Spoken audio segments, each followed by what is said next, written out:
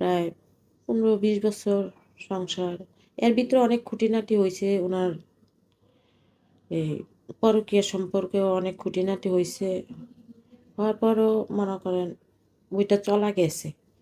বা ধমক-টমক দিছি বা রাগারাগি করছি। আব্বা-আম্মা একটু থাকা অবস্থায় বলছে, ওইটা সমাধান করা গেছে।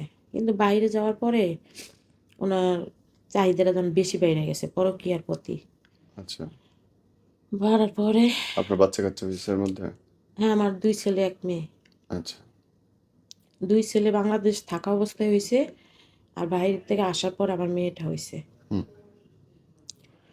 তারপরে আমি ওইটা সামাল দিতে পারছি। কিন্তু এখন আজকে 1.5 বছর ধইরা আমি সামলাইতে পারতেছি না। আমার অনেক কষ্ট হয়।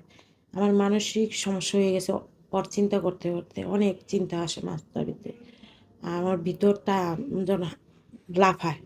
বুকটার কাছে দেয় শুধু ধড়পড়, ধড়পড় করে। যে এত দিনের সংসার, ছেলে-মেয়েও বড় হয়ে গেছে।